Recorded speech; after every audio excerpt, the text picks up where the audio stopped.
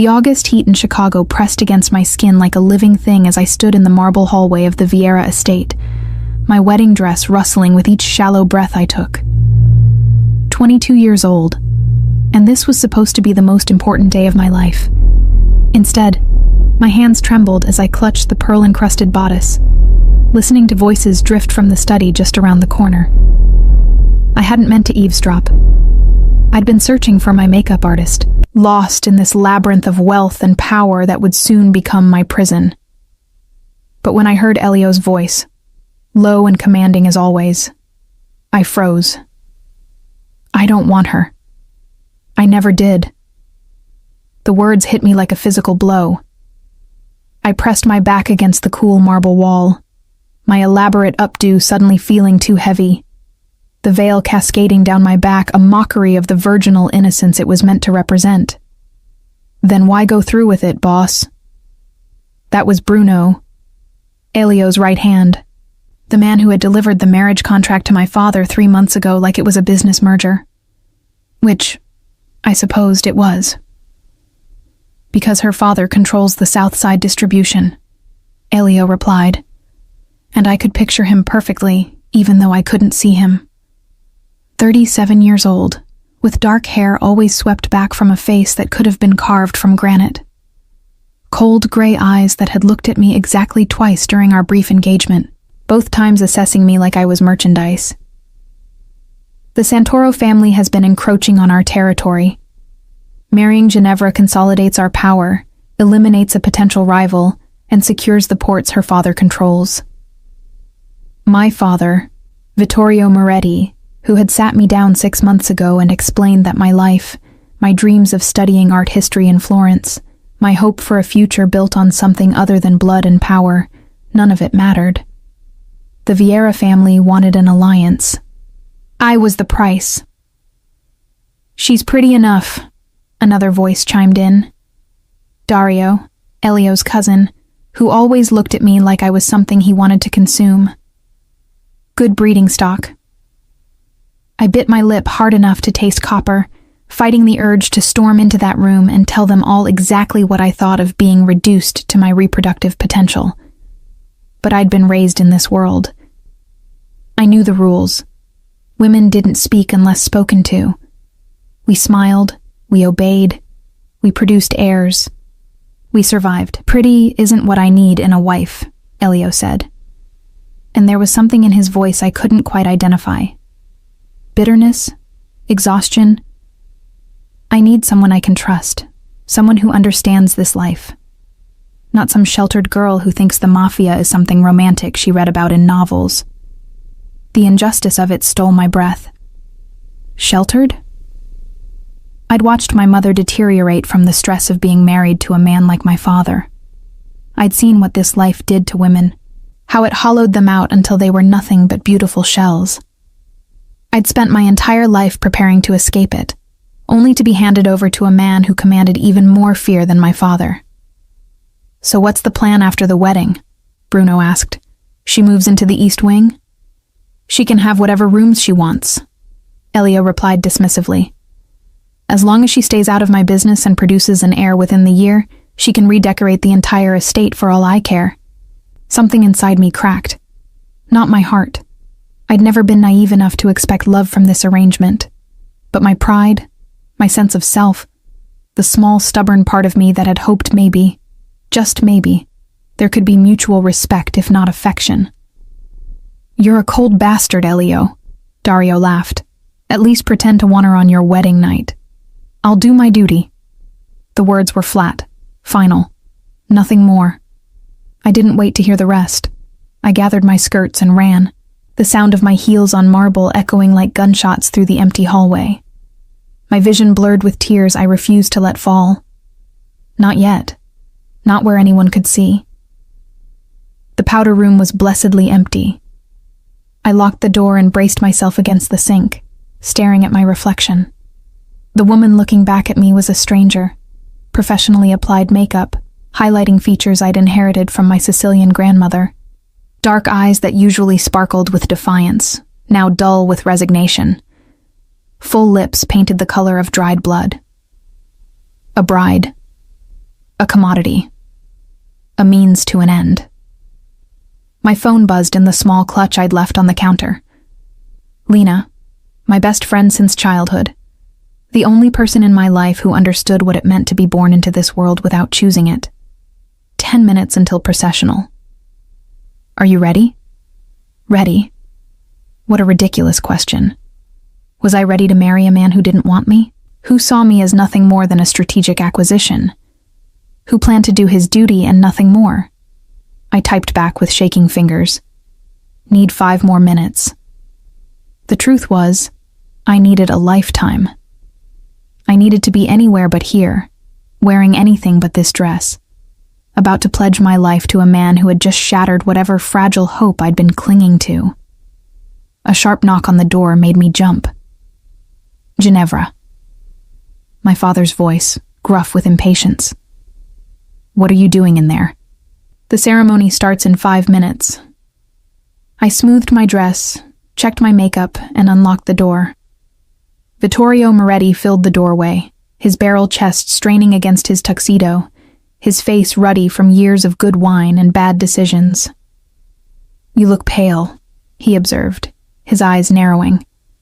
Are you sick? Just nervous, I lied, because telling him I'd overheard my future husband's contempt would accomplish nothing. My father didn't care about my feelings. He cared about the alliance, the power, the expansion of territory that this marriage would bring. There's nothing to be nervous about. He offered his arm, and I took it because I had no choice. Elio Vieira is a powerful man. You're lucky to be marrying him. Lucky. The word tasted like ash in my mouth. As we walked toward the private chapel where 200 guests waited, I caught glimpses of the life I was entering. Armed guards at every corner, their eyes constantly scanning for threats. Waiters serving champagne worth more than most people's monthly salary. Women dripping in diamonds, their smiles as fake as their compliments. Men conducting business deals between toasts, their hands stained with blood no amount of money could wash clean. This was my future. This was my life. The chapel doors opened, and the string quartet began playing Pachelbel's canon. Every head turned to watch me walk down the aisle on my father's arm, and I kept my spine straight, my chin high, my expression serene. Years of training in how to be the perfect Mafia wife were paying off, even if everything inside me was screaming to run. And there, at the altar, stood Elio Vieira, 6 feet 2 inches of controlled power. His black tuxedo fitted perfectly to his broad shoulders and lean waist. His dark hair was immaculate, his face expressionless as he watched me approach. Those cold gray eyes met mine, and I searched desperately for some warmth, some sign that what I'd overheard was just wedding day nerves talking. I found nothing. The ceremony passed in a blur. I heard myself repeating vows I didn't mean, felt Elio's fingers cold against mine as he slipped on the wedding band, tasted champagne when he kissed me with all the passion of a business transaction being finalized. The guests applauded. Someone made a toast about new beginnings and powerful alliances. The quartet played something upbeat and celebratory, and through it all, I felt nothing but a growing numbness spreading through my chest. The reception was held in the estate's grand ballroom, all crystal chandeliers and imported marble. I smiled until my face hurt, danced with men whose names I immediately forgot, accepted congratulations from women who looked at me with a mixture of pity and envy. Pity because they knew what being married to a man like Elio meant. Envy because of the power that came with the Vieira name. Elio barely spoke to me. He was always across the room, deep in conversation with other men, conducting business at our wedding reception like I was just another detail that had been handled. When he did approach, it was to introduce me to someone important, his hand proprietarily at my waist, his smile not reaching his eyes. My wife, he would say, and the word sounded foreign in his mouth. Ginevra. Not my beautiful wife, not the woman I love. Just my name, stated as fact, devoid of emotion. As midnight approached, Lena found me on the terrace, staring out at the city lights that stretched to the horizon. "You look miserable," she said bluntly, pressing a glass of actual champagne into my hand. Not the sparkling wine they'd been serving the lesser guests, but the real thing. The bottles Elio kept for family and close associates. "I am miserable," I admitted, because lying to Lena was pointless. She'd known me too long, seen too much. "Did something happen?" Her dark eyes searched my face. "Beyond the obvious nightmare of marrying a man you barely know?" I told her. Everything I'd overheard, every cold word, every dismissive comment. By the time I finished, her expression had shifted from concern to fury. "That bastard," she hissed. "I should tell my father to pull out of the shipping deal. See how Elio likes losing the Mediterranean routes." "Don't." I gripped her arm. "It'll only make things worse for me. He'll blame me for costing him business." "So what are you going to do? Spend the rest of your life being treated like a broodmare?" The question hung between us, heavy with implications. What could I do? Divorce wasn't an option in our world. Running would get me killed, and probably get my family killed too. This was my life now, for better or worse. Mostly worse. "I'm going to survive," I said finally, echoing the mantra my mother had whispered to me countless times.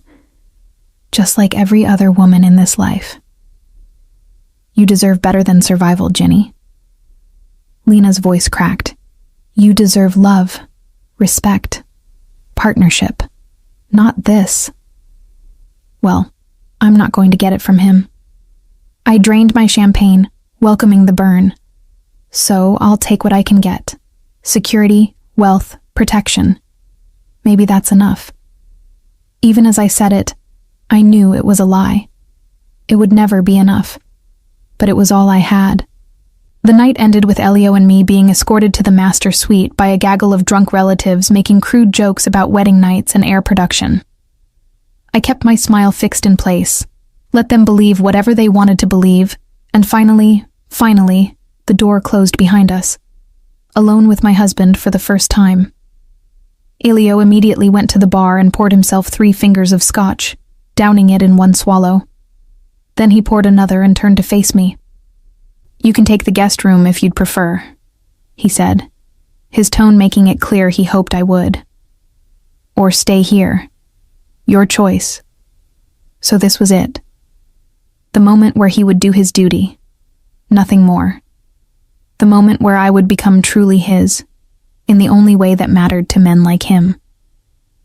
I thought about refusing, about demanding the guest room and whatever dignity I could salvage. But then I thought about the overheard conversation, about his dismissive assessment of me as nothing more than a strategic asset, and something stubborn and reckless rose in my chest. "I'll stay," I said, meeting his gaze directly. "After all, you need an heir within the year, don't you?" His eyes narrowed slightly, the first real reaction I'd gotten from him all day. "You heard that." It wasn't a question. I heard everything. I turned my back to him, reaching for the zipper of my dress. "I heard how you don't want me, how I'm just a sheltered girl who doesn't understand this life, how you plan to do your duty and nothing more." The zipper stuck halfway down. I struggled with it for a moment, frustration and humiliation burning through me in equal measure. Then Elio was there, his fingers brushing mine aside, his touch surprisingly gentle as he worked the zipper free. His breath was warm against my neck, his body close enough that I could feel his heat. "You shouldn't have heard that," he said quietly. But I did. I stepped away as soon as the dress was loose, clutching it to my chest. So let's not pretend this is anything other than what it is, a transaction, an alliance, a means to an end. I walked into the bathroom and closed the door, leaning against it as I finally let the tears fall. 3 months of marriage, and Elio and I had perfected the art of being strangers sharing a last name. He lived in the west wing of the estate, I in the east. We took meals separately, appeared together only when business or social obligations demanded it, and spoke to each other with the distant courtesy of acquaintances rather than spouses. The wedding night had been exactly what he'd promised. Duty fulfilled, nothing more. He'd been efficient, almost clinical, and hadn't touched me since. I told myself I didn't care. Told myself the relief I felt at his absence was preference, not rejection. Told myself that building a life around charity work and art collecting was enough. I was lying to myself, and I knew it. But self-deception was better than acknowledging the hollow ache in my chest every time I saw him across a room, surrounded by men who would die for him, commanding respect and fear with equal ease. Better than admitting that somewhere in the past 3 months, I'd started noticing things. The way his rare smiles transformed his face, how his hands moved with controlled grace, the flash of something almost vulnerable in his eyes when he thought no one was watching. I was falling for a man who didn't want me, and it was pathetic. September brought the first hint of autumn to Chicago, and with it, Bruno's increasingly frequent visits to my wing of the estate. "Mrs. Vieira," he'd say, always formal, despite the fact that I'd told him repeatedly to call me Ginevra. "The boss wants to know if you'll be attending the charity gala tonight." Or, "The boss says you're free to redecorate the solarium if you'd like." Or, "The boss noticed you've been walking the gardens alone. He's assigned additional security." Always the boss. Never Elio. Never your husband. It took me 2 weeks to realize what was happening. Elio was watching me, not through Bruno's reports, though those were certainly part of it. Through the security cameras positioned throughout the estate, through the guards who shadowed my every move, through the staff who reported back to him every detail of my daily routine. The realization should have angered me. Instead, I found it almost amusing. The man who claimed not to want me was tracking my movements like I was a valuable asset that might disappear. "Why does he care what I do?" I asked Bruno one afternoon, as he delivered yet another message about my schedule. Bruno's weathered face remained carefully neutral. "The boss takes his responsibilities seriously, ma'am. Your safety is his responsibility." My safety or my availability. I couldn't keep the bitterness from my voice. In case he needs to produce that air he's so concerned about. Something flickered in Bruno's eyes.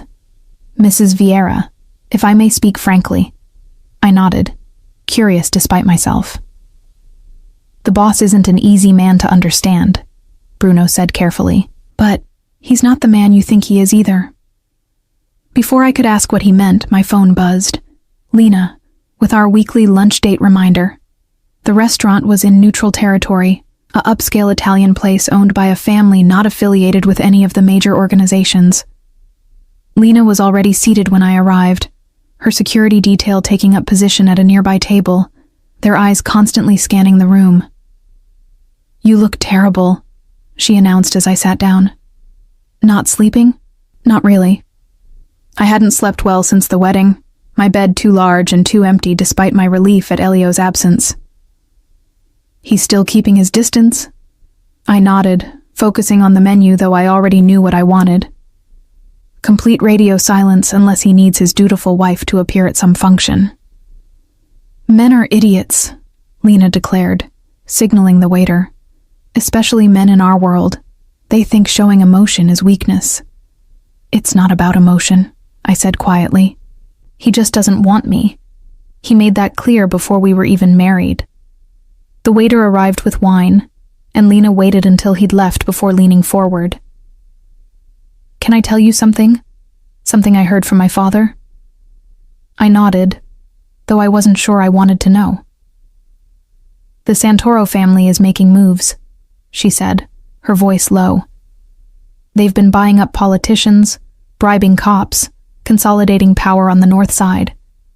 My father thinks they're planning something big." The Santoro family. Our rivals, the ones Elio had mentioned when explaining why he was marrying me. Their territory bordered ours, and there had been tensions for years, small skirmishes and proxy wars that never quite erupted into full-scale conflict. "What does that have to do with me?" I asked, though a sick feeling was already forming in my stomach. "They know you're Elio's weak spot," Lena said bluntly. "The only thing he cares about beyond power. Going after you would be a direct attack on him. That's ridiculous. He doesn't care about me at all." "Are you sure about that?" Lena raised an eyebrow. "Because from what my father says, Elio's been obsessed with your security since the wedding. Tripled the guards, installed new surveillance systems, personally vets anyone who gets within 50 feet of you." The conversation with Bruno suddenly made more sense. Your safety is his responsibility. That's just protecting his investment, I argued. I'm his wife. It would be a sign of weakness if something happened to me. "Keep telling yourself that," Lena said, but her expression was knowing. "But maybe pay attention to what he does, not what he says." We finished lunch discussing safer topics, upcoming charity events, and Lena's latest battle with her father over her refusing yet another arranged marriage. By the time we parted ways, the afternoon sun was slanting through the Chicago skyline, painting everything in shades of amber and gold. My driver, Marcus, was waiting at the curb, but as we pulled away from the restaurant, I noticed a black SUV behind us that hadn't been there before. "Marcus," I said quietly, my heart beginning to race. "Are we being followed?" His eyes flicked to the rearview mirror, and I saw his jaw tighten. "Yes, ma'am. Hold on." He accelerated smoothly, weaving through traffic with the skill of someone trained for exactly this situation. But the SUV kept pace, matching our every move. My phone was already in my hand when it rang, Elio's name flashing on the screen. "Where are you?" His voice was clipped, urgent. "Leaving lunch with Lena. Marcus says we're being followed." "I know. We're tracking you. Stay on the phone with me." There was something in his voice I'd never heard before. Fear. "Elio." "Just stay on the phone, Ginevra." The use of my name, not my wife or some formal title, made my breath catch. "Bruno is 2 minutes behind you with backup. Marcus knows the protocol." The SUV suddenly accelerated, pulling alongside us. I caught a glimpse of tinted windows, of something metallic being raised. Marcus jerked the wheel hard right, and we careened down a side street as the sound of gunfire erupted behind us. I screamed, dropping the phone, clutching the seat as Marcus drove like a man possessed. "Mrs. Vieira!" Elio's voice, tinny and distant from where the phone had fallen. "Ginevra!" I grabbed for it with shaking hands. "I'm here. I'm okay." "Where's Marcus taking you?" "I don't know. I looked out the window, trying to orient myself. "We're heading toward the warehouse district." More gunfire, closer this time. The rear window exploded inward, safety glass showering over me. I ducked down, my heart hammering so hard I thought it might break through my ribs. "Hold on. Ma'am," Marcus said through gritted teeth. "Almost there." "Almost where?" I wanted to ask, but then I saw it. One of Elio's properties, a nondescript building that looked like every other warehouse in the district, but was actually one of his most secure locations. The gates opened as we approached, and Marcus gunned the engine, speeding through just as they began to close behind us. The pursuing SUV slammed into them, unable to follow. Armed guards appeared from every direction, surrounding our car. And then Elio was there, yanking open my door, his face pale beneath his normally golden complexion, his eyes wild with something that looked suspiciously like terror. "Are you hurt?" His hands were on me, checking for injuries with a thoroughness that belied his usual distance. "Did they hit you?" "Talk to me, Ginevra." "I'm fine," I managed, though I was shaking so hard I could barely form words. "The window broke, but I'm not hurt." He pulled me from the car and into his arms, crushing me against his chest with a force that drove the air from my lungs. I could feel his heart racing, matching the frantic rhythm of my own, could feel him trembling almost imperceptibly. "Christo," he breathed into my hair.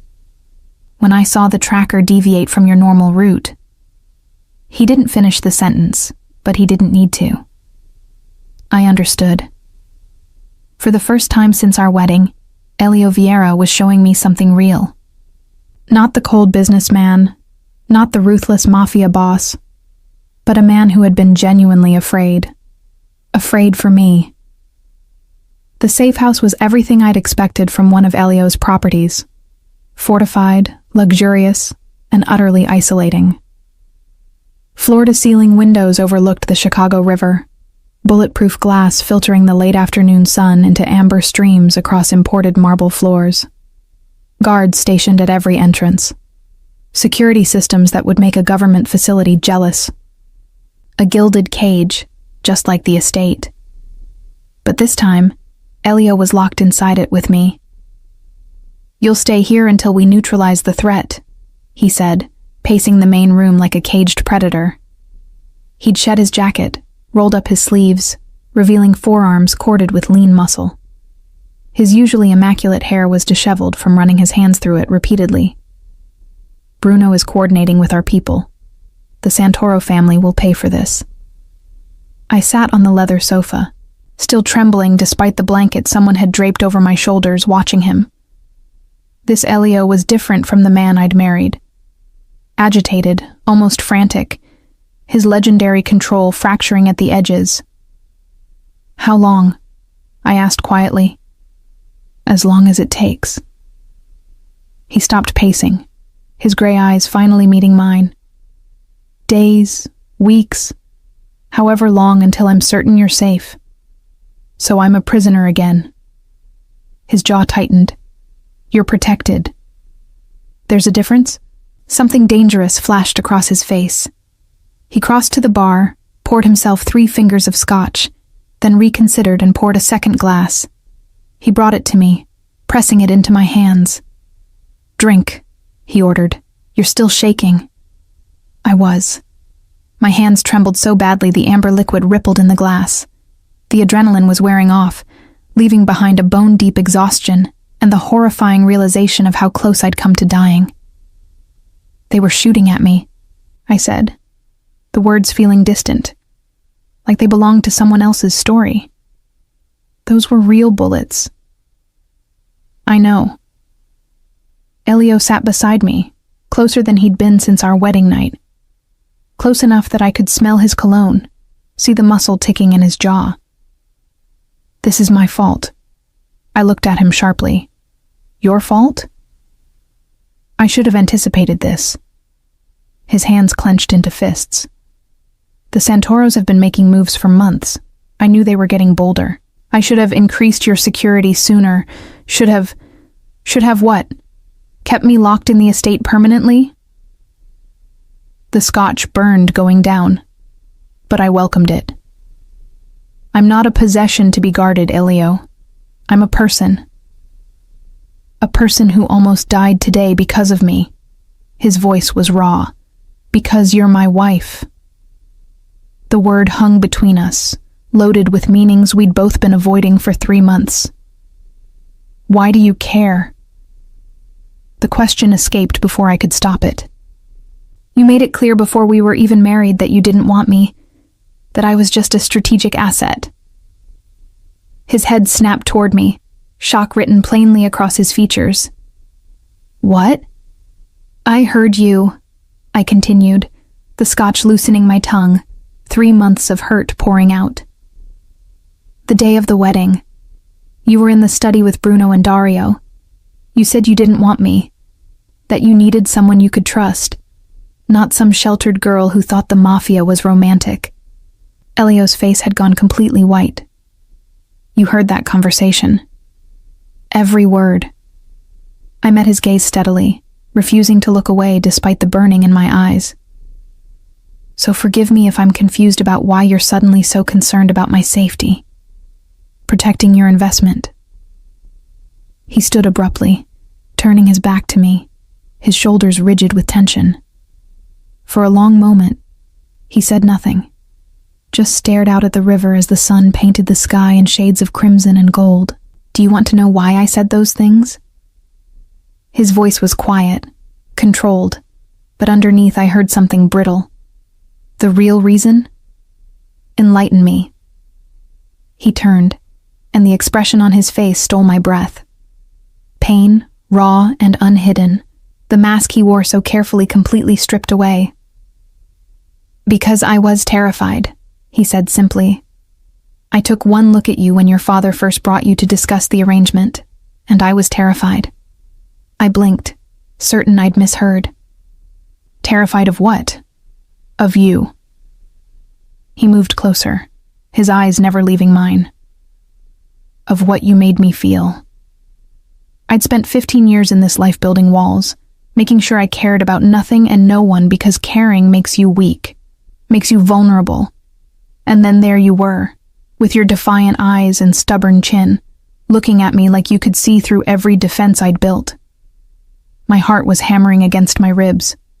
Elio, I wanted you from the first moment I saw you, he continued, the words spilling out like he'd been holding them back for too long. Not just physically, though Cristo, yes, that too. But I wanted to hear you laugh. Wanted to know what made you angry, what made you happy. Wanted things I had no business wanting from a marriage that was supposed to be purely strategic. So, you decided to hurt me first? The accusation came out sharper than I'd intended. To make sure I knew my place before I could get any foolish ideas? I decided to protect myself, he corrected, running a hand through his hair. And in doing so, I hurt you. Hurt us both. Because these past 3 months have been hell, Ginevra. Living in the same house with you, seeing you every day, knowing I did this. Knowing I destroyed any chance we might have had before we even began. I set down my glass with shaking hands, trying to process what he was saying. You're telling me that all this time, the distance, the coldness, it was because you wanted me too much? I'm telling you that I'm a coward, he said flatly. I'm telling you that I chose fear over honesty, and it nearly cost you your life today. He knelt in front of me, and the sight of this powerful man on his knees was so shocking I couldn't find words. When I got the alert that you were being followed, he said, his voice rough. When I heard those gunshots over the phone, I realized something. I would burn this entire city to ash before I let anything happen to you. I would kill every Santoro, destroy every rival, burn every bridge I've built if it meant keeping you safe. Elio, let me finish. His hands covered mine, warm and solid. I don't want a strategic asset, Ginevra. I don't want a broodmare or a trophy wife. I want you. The woman who glares at me across the dinner table when she's forced to attend my business meetings. The woman who turned the East Wing into an art gallery out of pure spite. The woman who has more courage in her little finger than most of my men have in their entire bodies. Tears were streaming down my face now, and I didn't bother wiping them away. You have a strange way of showing it. I know. His thumb traced circles on my wrist. And I know I have no right to ask this after everything I've done. But Ginevra, give me a chance. Let me prove that I can be more than the cold bastard you married. Let me show you that this marriage could be real. I thought about the past 3 months. The loneliness, the rejection, the hollow ache of living with a man who treated me like furniture. But I also thought about Bruno's words. He's not the man you think he is. About the tripled security, the obsessive tracking of my movements, the fear in Elio's voice when I'd been attacked. Actions, not words. What had Lena said? Pay attention to what he does, not what he says. I need guarantees, I said finally, and watched hope flare in his eyes. I won't be kept in the dark about your business. If I'm a target because I'm your wife, then I deserve to know what I'm up against. Agreed. I want to be your partner, not your possession. That means I get a voice in decisions that affect us both. Agreed. And I want the truth, Elio. Always. No more protection through deception. No more lies, even kind ones. He nodded slowly. I can do that. On one condition. What? You give me the same honesty. His hands tightened on mine. Tell me what you need from me. Tell me when I'm failing you. Tell me if... He swallowed hard. If you can ever forgive me for how this started. I studied his face, looking for signs of manipulation or strategy. But all I saw was raw vulnerability, a man who had just handed me the power to destroy him. I heard something else that day, I said quietly. Something you might not remember saying. His brow furrowed. What? Dario asked if you'd pretend to want me on our wedding night, and you said you'd do your duty, nothing more. Elio closed his eyes, pain etching lines around his mouth. Cristo, Ginevra, but here's what I've realized. I freed one hand to cup his jaw, feeling the roughness of late-day stubble.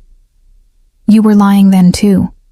You were lying to them and to yourself, because that night, when you touched me, it wasn't cold. It wasn't clinical. You were holding back, trying so hard not to feel anything that it was almost painful to watch. His eyes opened, and I saw my own realization reflected there. I was terrified I'd lose control, he admitted hoarsely. That I'd show you how much I wanted you, and you'd use it against me. Use it as leverage, as a weapon. I'm not interested in weapons, Elio. I leaned forward until our foreheads touched. I'm interested in truth. And the truth is, I've spent 3 months trying to hate you. Trying to convince myself that the hollow ache in my chest was relief, not loneliness. Trying to pretend I didn't notice every time you looked at me when you thought I wasn't watching.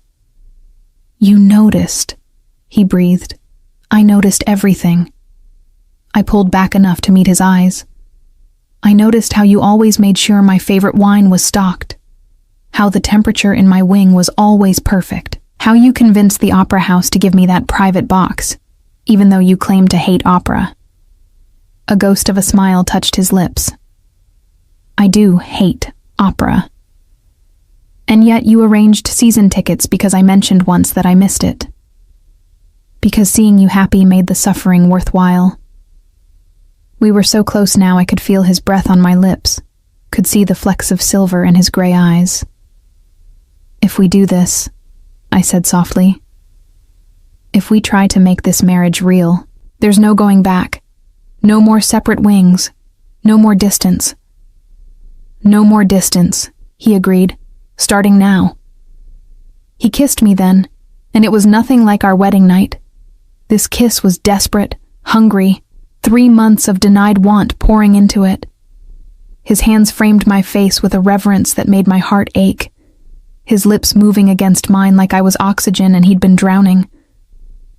I kissed him back with equal fervor, my fingers tangling in his hair, pulling him closer. The blanket fell away, forgotten, as he lifted me from the sofa, his arms banding around me like he was afraid I might disappear. When we finally broke apart, both breathing hard, his forehead rested against mine. I don't deserve you, he murmured, but I'm going to spend the rest of my life trying to. Good, I said, and meant it. Because I'm not an easy woman to love, Elio Vieira. No, he agreed, a real smile transforming his face. But then, I'm not an easy man to love either. We'll figure it out together. Together. The word felt like a promise and a revelation. So what happens now? I asked. With the Santoros? His expression hardened, the ruthless Mafia boss emerging again. Now we show them what happens when someone threatens what's mine. But first... His hand found mine, fingers interlacing. First, I'm going to spend the night showing my wife how much I want her. How much I've always wanted her. Heat flooded through me at the promise in his voice. The whole night? The whole night, he confirmed. And every night after, for the rest of our lives.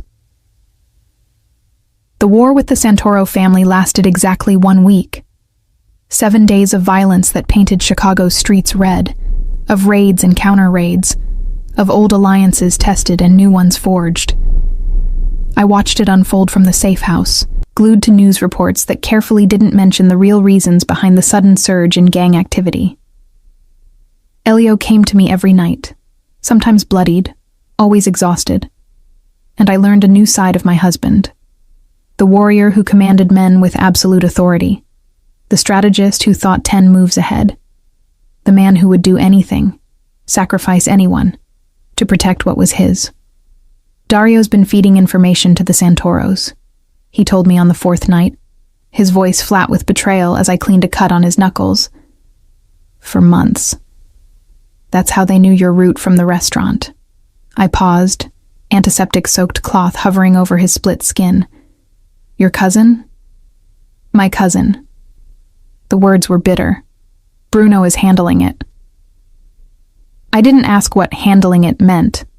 I was learning that some questions were better left unasked. What will you do with the Santoros? I asked instead, resuming my careful cleaning of his wounds. What I should have done years ago. His free hand cupped my face, thumb brushing my cheekbone. Eliminate them as a threat. Permanently. The old me, the me from before the wedding, might have been horrified. But I'd heard those gunshots, felt the terror of being hunted. I'd seen what mercy got you in this world. More violence, more bloodshed, more chances for the people you loved to be hurt. Do what you need to do, I said quietly. Just come back to me. His eyes softened, always. And he did, every night, no matter how late. Sometimes he'd wake me with gentle kisses. Other times he'd find me already awake, waiting. We'd make love with an urgency born of danger and newfound honesty. And afterward he'd hold me close, his heartbeat steady against my ear, and tell me things he'd never told anyone. About his father, who'd raised him in the life with an iron fist and absent affection. About the first time he'd killed a man at 17, how it had changed something fundamental inside him. About the loneliness of power, of being surrounded by people but trusted by no one. Until you, he'd murmur into my hair. I trust you, Ginevra. And I'd tell him my own secrets. About the mother who'd slowly faded away, choosing pills over fighting. About my dreams of Florence, of studying Renaissance art in museums instead of just reading about it. About the fear that I'd become like all the other Mafia wives, hollow and ornamental.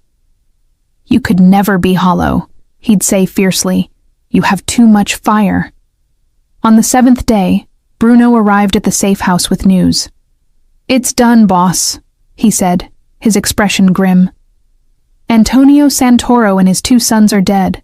The rest of the family is scattered or swearing fealty.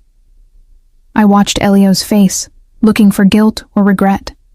Found neither. Just cold satisfaction. And Dario? He asked. Also handled. Bruno's gaze flicked to me briefly. Should we...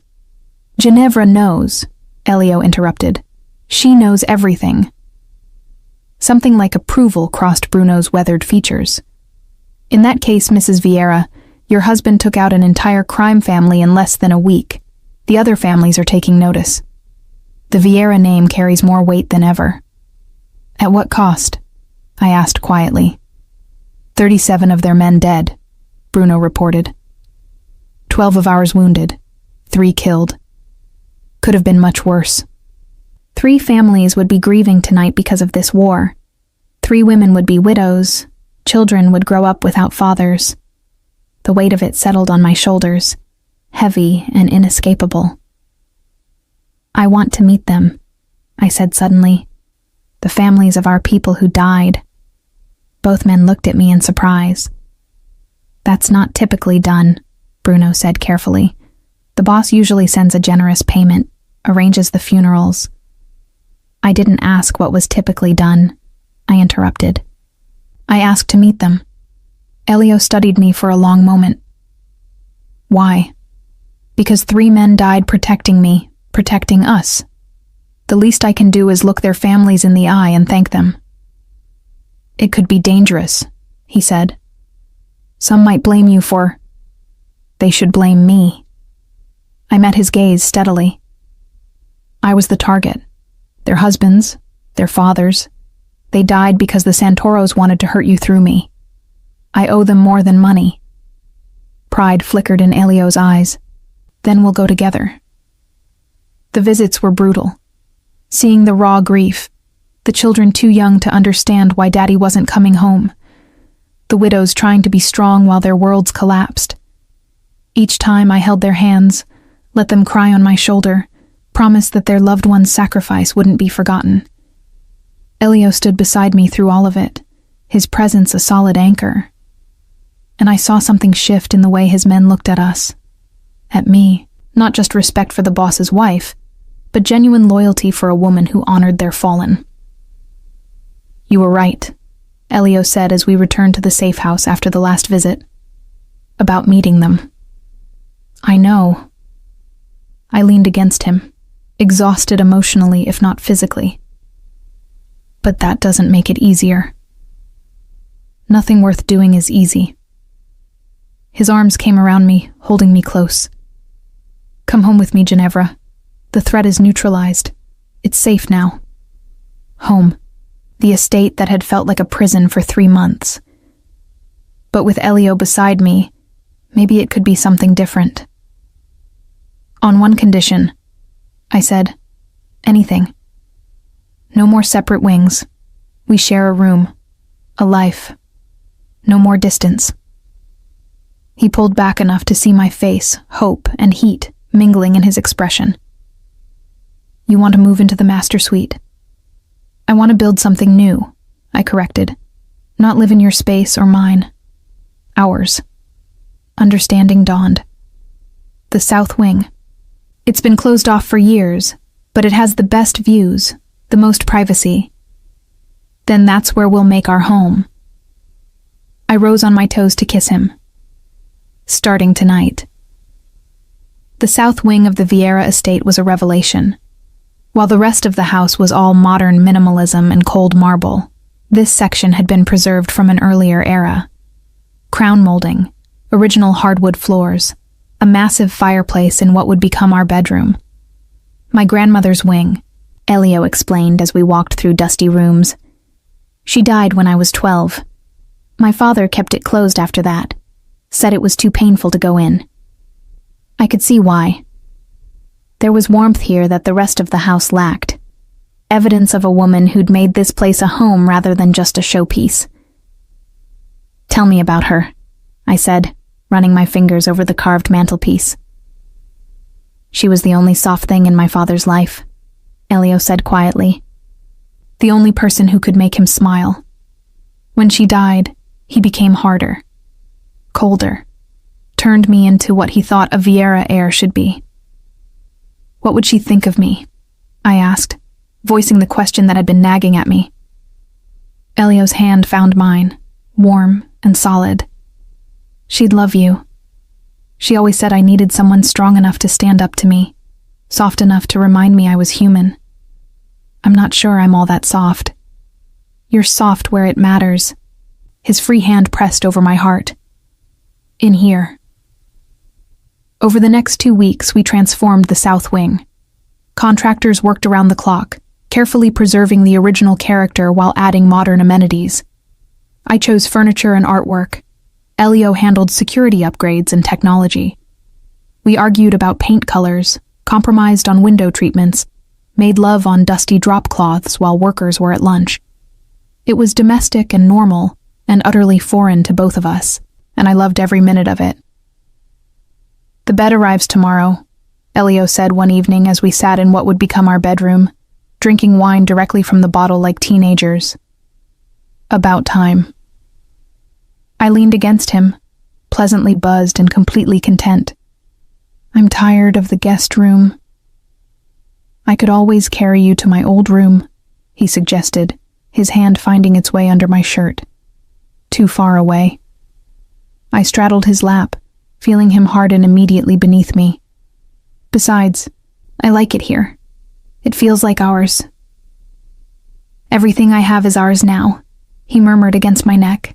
The estate, the businesses, the empire, all of it. I pulled back to look at him. I don't want your empire, Elio. I know. That's why I'm giving it to you anyway. His hand spanned my waist. When we have children, they'll inherit everything. But if something happens to me before then, it all goes to you. Nothing's going to happen to you. You don't know that. His expression turned serious. This life, it's dangerous. There will always be someone trying to take what's ours. I need to know that if I fall, you'll be protected. Powerful enough that no one would dare touch you. The thought of losing him made my chest tighten painfully. Don't talk like that. I'm being practical. He tucked a strand of hair behind my ear. My lawyer is drawing up new documents. Everything in my name becomes joint ownership. You'll have access to all accounts, all properties, all business interests. Elio, that's non-negotiable, he finished. You're my wife, Ginevra, my partner. It's time you had the power to match the position. I didn't know what to say. In the Mafia world, wives were protected, but powerless. The fact that Elio was willing to give me actual control, actual access, was unprecedented. Thank you, I whispered finally. Don't thank me for what should have been yours from the beginning. He kissed me softly. Now, about that bed being too far away. We made love there on the floor of our unfinished bedroom, surrounded by paint cans and contractor debris, and it was perfect. Afterward, wrapped in his arms with moonlight streaming through uncurtained windows, I felt something I'd never expected to feel in this marriage. Happiness. Real, genuine, terrifying happiness. I'm falling in love with you, I said into the darkness, the words escaping before I could stop them. Elio went completely still. Then his arms tightened around me, and I felt him press a kiss to my hair. I fell in love with you the day I met you, he admitted. I've just been too much of a coward to say it. My heart felt too large for my chest. Say it now. I love you, Ginevra Vieira. His voice was rough with emotion. I love your strength, your fire, your refusal to be what anyone expects. I love that you make me want to be better, even though I'll probably always be a bastard. I turned in his arms to face him. I love you too, even though you're definitely a bastard. He laughed, the sound pure and joyful. We're quite a pair. The best pair, I corrected, kissing him again. We were wrong, of course. The war with the Santoros was over, but our trials were just beginning. Because in our world, happiness was always temporary, and danger was always waiting in the shadows. 2 months later, I woke up with my head in the toilet. Again. Ginevra? Ilio's voice came from the bedroom, concerned. That's the 3rd morning this week. I rinsed my mouth, splashed cold water on my face, and stared at my reflection in the mirror. Pale skin, dark circles under my eyes, and a suspicion that had been growing for the past week. When had my last period been? 6 weeks ago? 7? I'm fine, I called back, though my hands were shaking as I gripped the marble countertop. Just something I ate. Elio appeared in the doorway, already dressed for the day in charcoal slacks and a white shirt, sleeves rolled to reveal his forearms. You said that yesterday, and it's still true. He studied me with those perceptive gray eyes. You're a terrible liar, amore. The endearment, which he'd started using regularly over the past weeks, made my heart squeeze. We'd been so happy lately, settling into our new life together. The south wing was finally finished, our private sanctuary within the larger estate. We took meals together, fell asleep tangled in each other, woke to slow morning kisses. I didn't want anything to disrupt that fragile happiness, especially not when I wasn't sure yet. I have a meeting with the charity board this afternoon, I said, changing the subject. The fundraiser next month is Ginevra. He crossed to me, tilting my chin up. What's wrong? And because I'd promised him honesty, always honesty, I said it. I think I might be pregnant. The words hung in the air between us. Elio's face went completely blank, his body going very still. For a long moment, he said nothing, and my heart sank. This was too much, too soon. We'd only been truly together for 2 months. We were still learning each other, still building. Pregnant, he repeated softly. His hand moved from my chin to my stomach, pressing gently against the flat plane. Our baby. Maybe, I cautioned. I haven't taken a test yet. I could just be sick. Take one. His voice was rough. Now. Elio, please, Ginevra, I need to know. There was something in his expression, a vulnerability I'd rarely seen, that made me nod. Okay. Bruno was dispatched to acquire several different pregnancy tests. He returned within an hour, his face carefully neutral as he handed the discreet bag to me. I locked myself in the bathroom while Elio paced the bedroom. 3 tests, all different brands. I lined them up on the counter and waited the requisite time, my heart hammering against my ribs. 3 tests, 3 positive results. I opened the door to find Elio frozen mid-pace. Our eyes met, and I nodded once.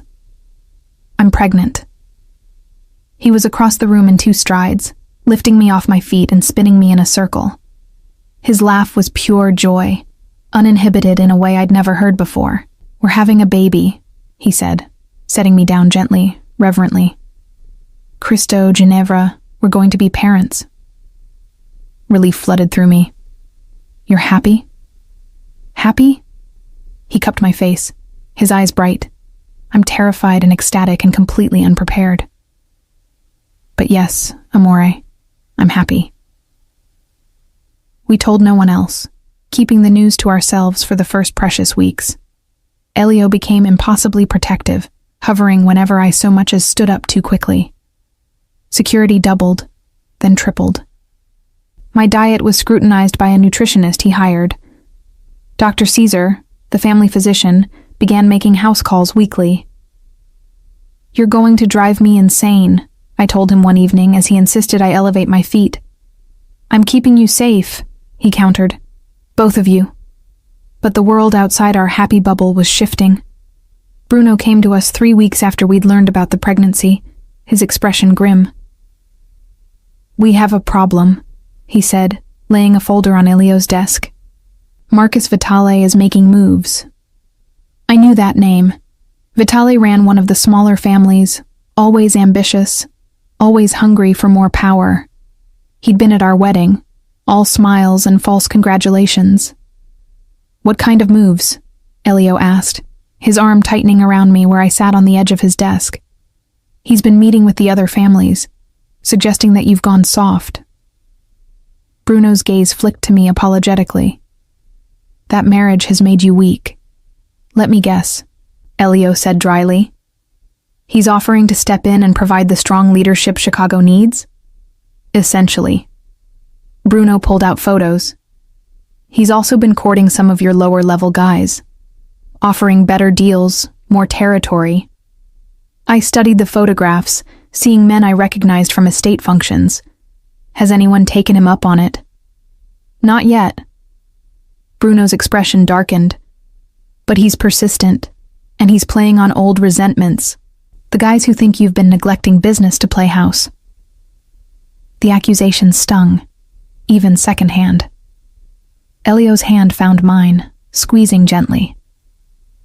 They're wrong, he said quietly. The business has never been stronger. Profits are up. Territories are secure. Our alliances are solid.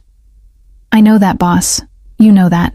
But Vitale's good at whispers and insinuations. Bruno hesitated. There's something else. Tell me. He knows about the baby. Ice flooded my veins. How? We're not sure yet. Could be someone on staff. Could be he's got an informant in Dr. Caesar's office. But he's been making noise about the Vieira heir. About how convenient it would be if something happened to you before the child was born. Elio's face went absolutely cold. He threatened my wife and child. He's too smart to make direct threats, Bruno corrected. But the implication is clear.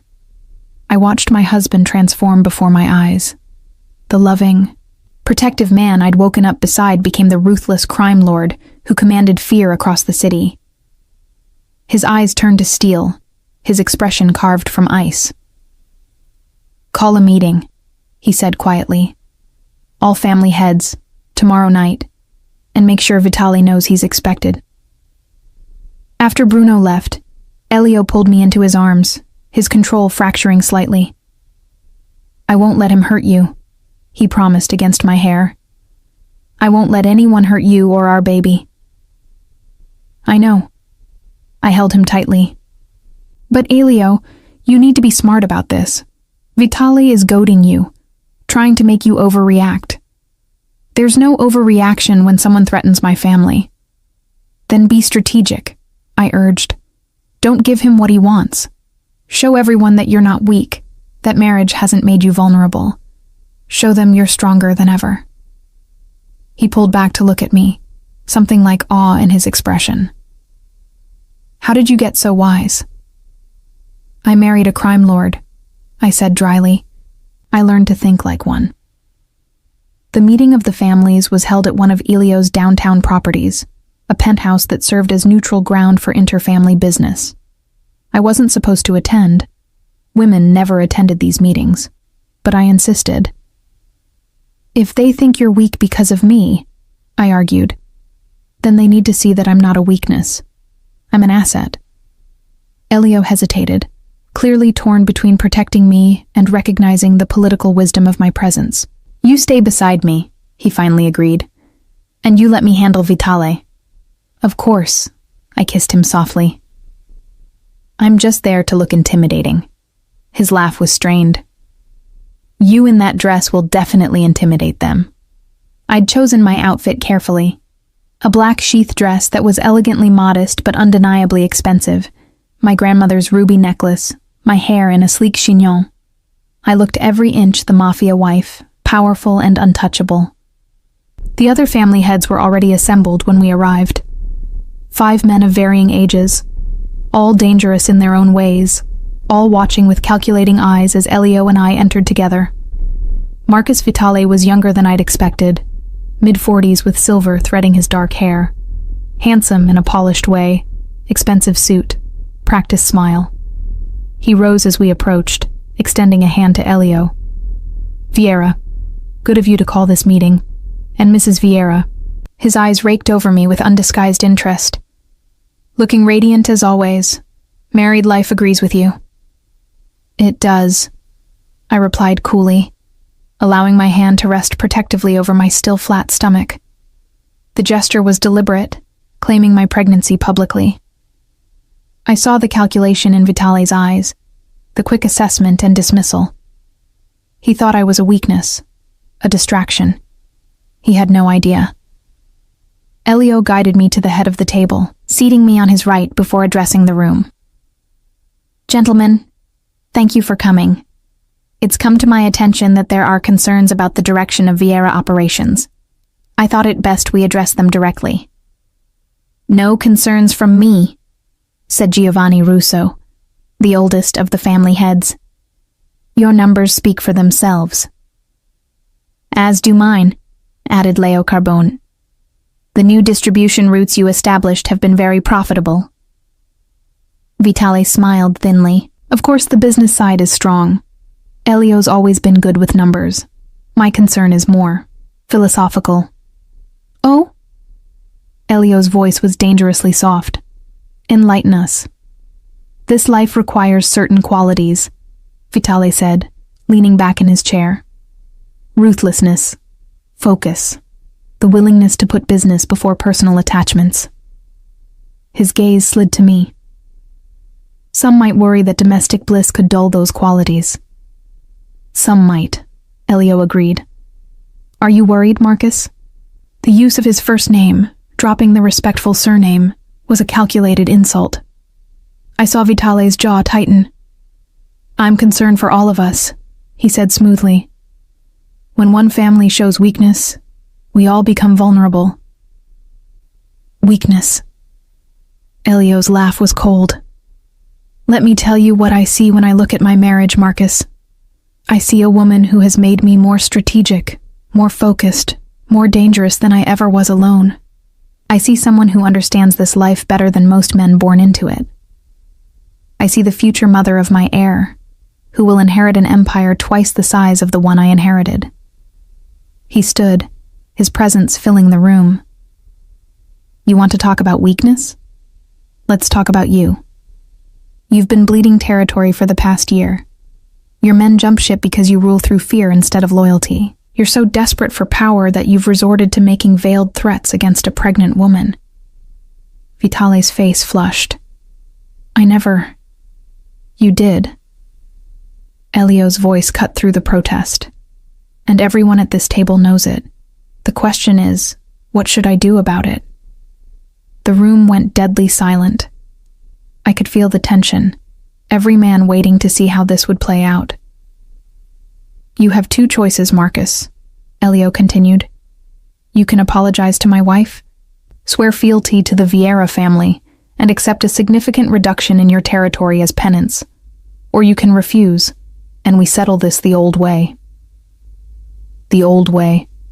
Challenge. Blood.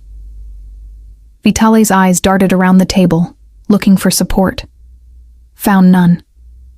Whatever allies he'd been courting had clearly decided Elio was the safer bet. I meant no disrespect to Mrs. Vieira, he said finally, the words clearly costing him. Or to your child. That wasn't an apology. Vitale's hands clenched on the table. I apologize for any misunderstanding about my intentions. Better. Elio sat back down, his hand finding mine under the table. Bruno will contact you tomorrow about the territory adjustments. This meeting is adjourned. I should have known it was too easy. Should have recognized that a man like Marcus Vitale wouldn't accept humiliation lying down.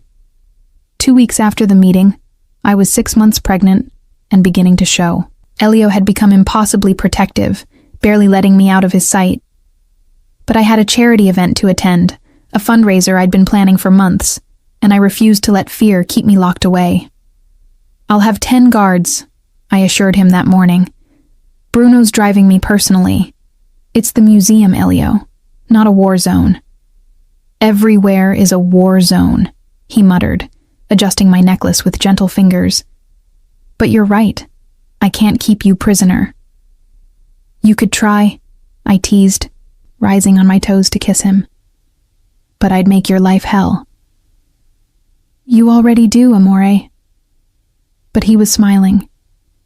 Call me when you get there, and when you're leaving, and every hour in between. The fundraiser was beautiful, the museum transformed with flowers and string lights. I circulated among Chicago's elite, many of whom had finally accepted me as Elio's wife, chatting about art and charitable causes while my security detail maintained a discreet perimeter. I was in the middle of discussing a new scholarship program when Bruno appeared at my elbow, his face ashen. Mrs. Vieira, we need to leave. Now. The urgency in his voice made my heart jump. What's wrong? The boss. There's been an incident. The world tilted. What kind of incident? Not here. Bruno's hand was already at my elbow, guiding me toward the exit. I'll explain in the car. The drive back to the estate was the longest of my life. Bruno's explanation was terse, clinical, but the words painted a horrific picture. Vitale hadn't accepted his defeat. He'd been planning something bigger, something that would eliminate Elio and allow him to absorb the Vieira territory. He'd arranged a meeting under the guise of discussing the territory transfers, then ambushed Elio with a dozen armed men. How bad? I asked, my hands protectively cradling my belly. He's alive, Bruno said, which wasn't an answer. Dr. Caesar is with him now. The estate was in chaos when we arrived. Armed men everywhere, the staff pale and frightened. I ran through the house, as much as a 6-month pregnant woman could run, following the sound of urgent voices to our bedroom. Elio lay on our bed, his shirt cut away, Dr. Caesar working frantically on a wound in his shoulder. There was so much blood, soaking the sheets, staining the doctor's hands. Elio. His name came out as a sob. His eyes opened, finding mine. Ginevra. You're supposed to be at the fundraiser. You're supposed to not get shot, I countered, moving to his side. My hands were shaking as I took his, sticky with blood. What happened?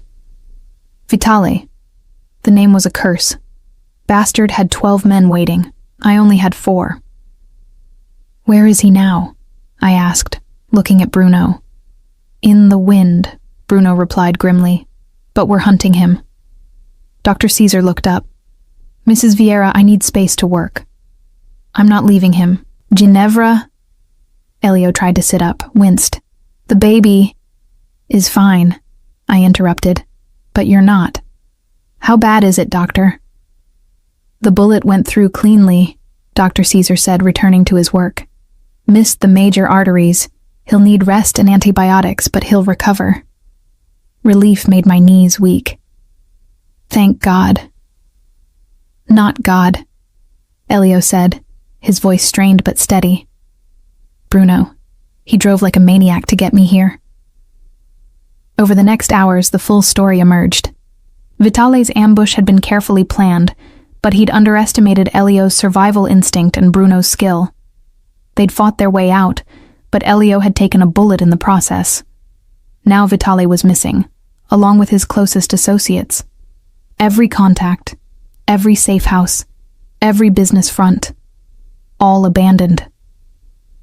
He's running, Bruno reported that evening while Elio slept fitfully, drugged with painkillers. But he can't run far. We've put the word out. Every family, every associate. Marcus Vitale is a dead man walking. I sat beside Elio's bed, holding his hand, watching his chest rise and fall. The fear I'd felt, seeing him bloody and wounded, had crystallized into something harder. Something cold. I want to help find him, I said quietly. Bruno looked at me sharply. Mrs. Vieira, I'm not going to sit here waiting while that bastard is out there planning his next attack.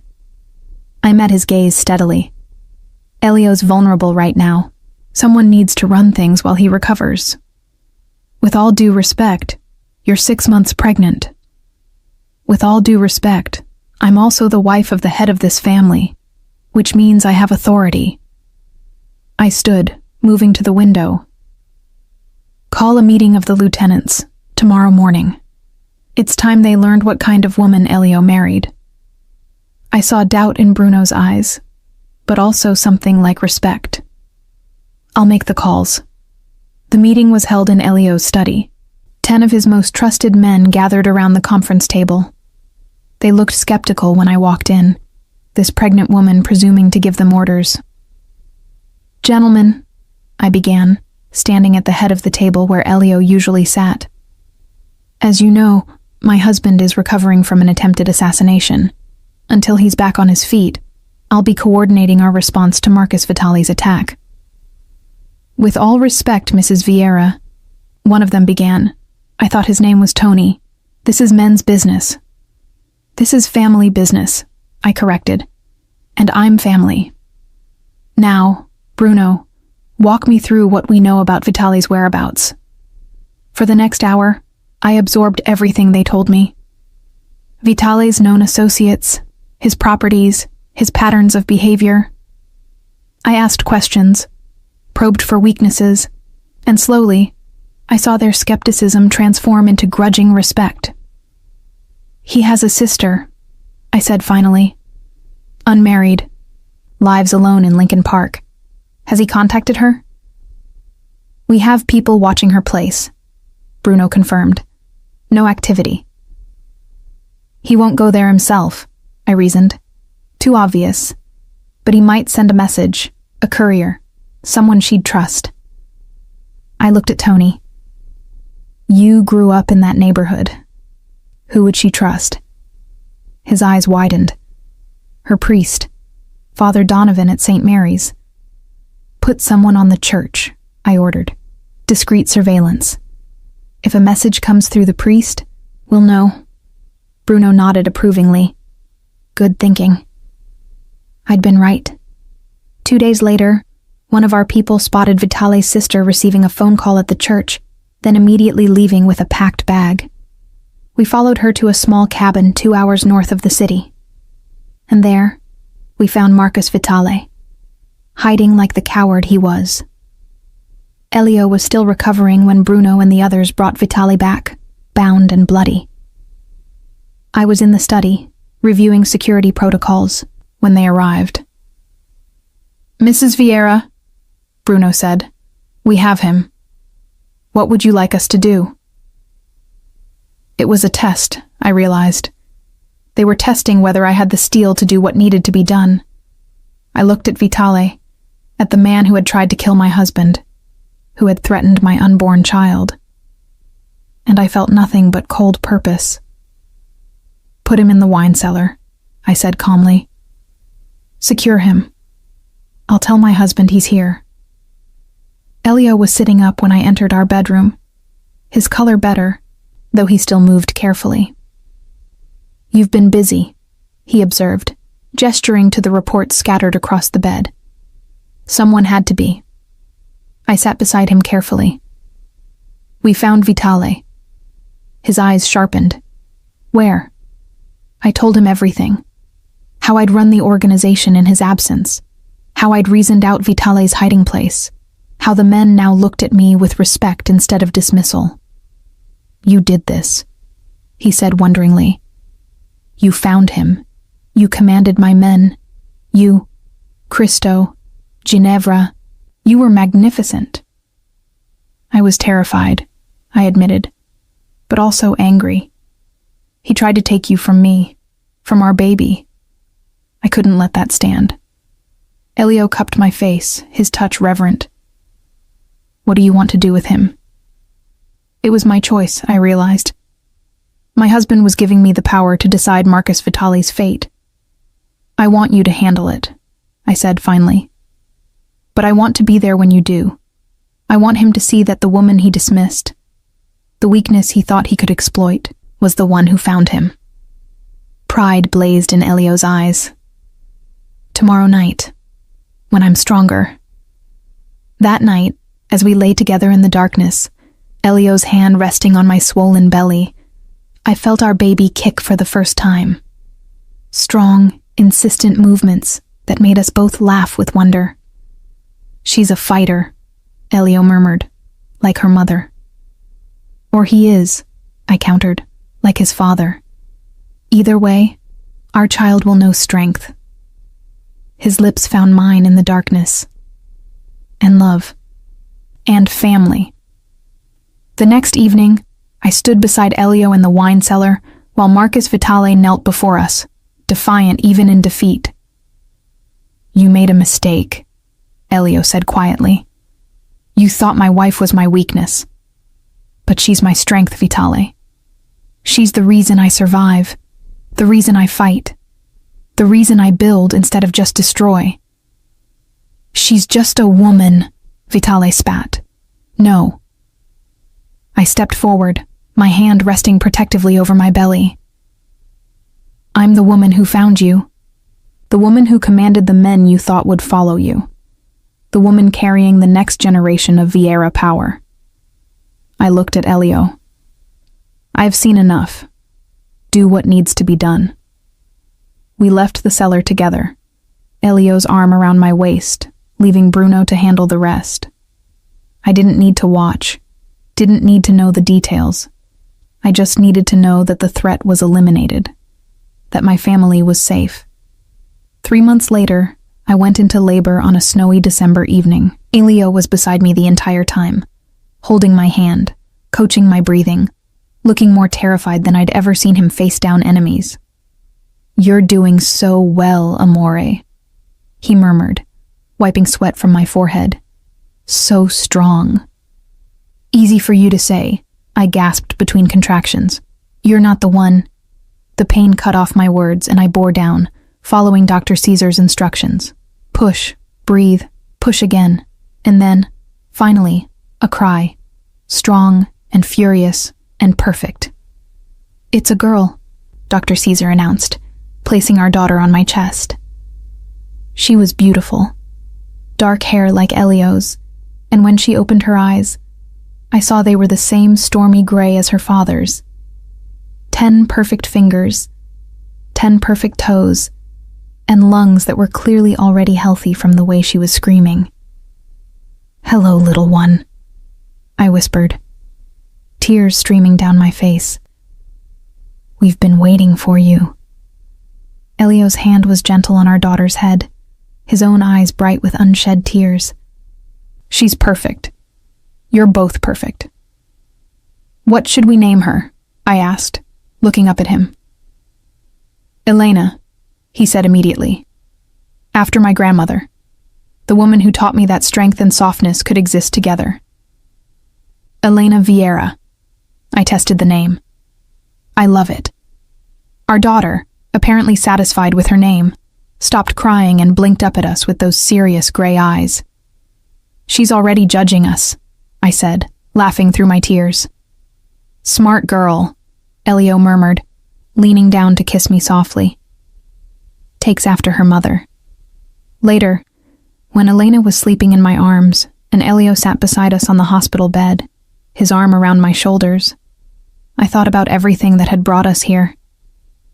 The rejection I'd overheard before our wedding, the attack that had forced us together, the revelations of Elio's fears and my own strength, the war with Vitale that had tested us both. And finally, this. Our daughter, the physical manifestation of everything we'd built together. "Do you remember what you said the day we got married?" I asked quietly. "That you didn't want me? That I was just strategic?" Elio's arm tightened around me. "My greatest lie. And my greatest regret." "Mine too," I admitted. "Because I believed you. I believed I wasn't wanted, wasn't valued. And now?" His voice was soft. I looked down at our sleeping daughter, then up at my husband. "Now I know the truth. You didn't reject me because you didn't want me. You rejected me because you wanted me too much, because I terrified you." "You still do," he admitted. "The power you have over me, the things I'd do to keep you safe. It's terrifying." "Good." I kissed him softly. "Because you terrify me too. This life, this love, this family we've built, it's more than I ever dreamed possible."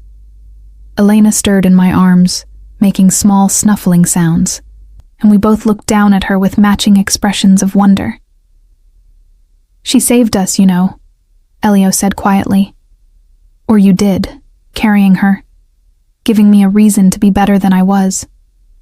"We saved each other," I corrected. "That's what family does." And as I sat there, my daughter in my arms, my husband beside me, I realized something.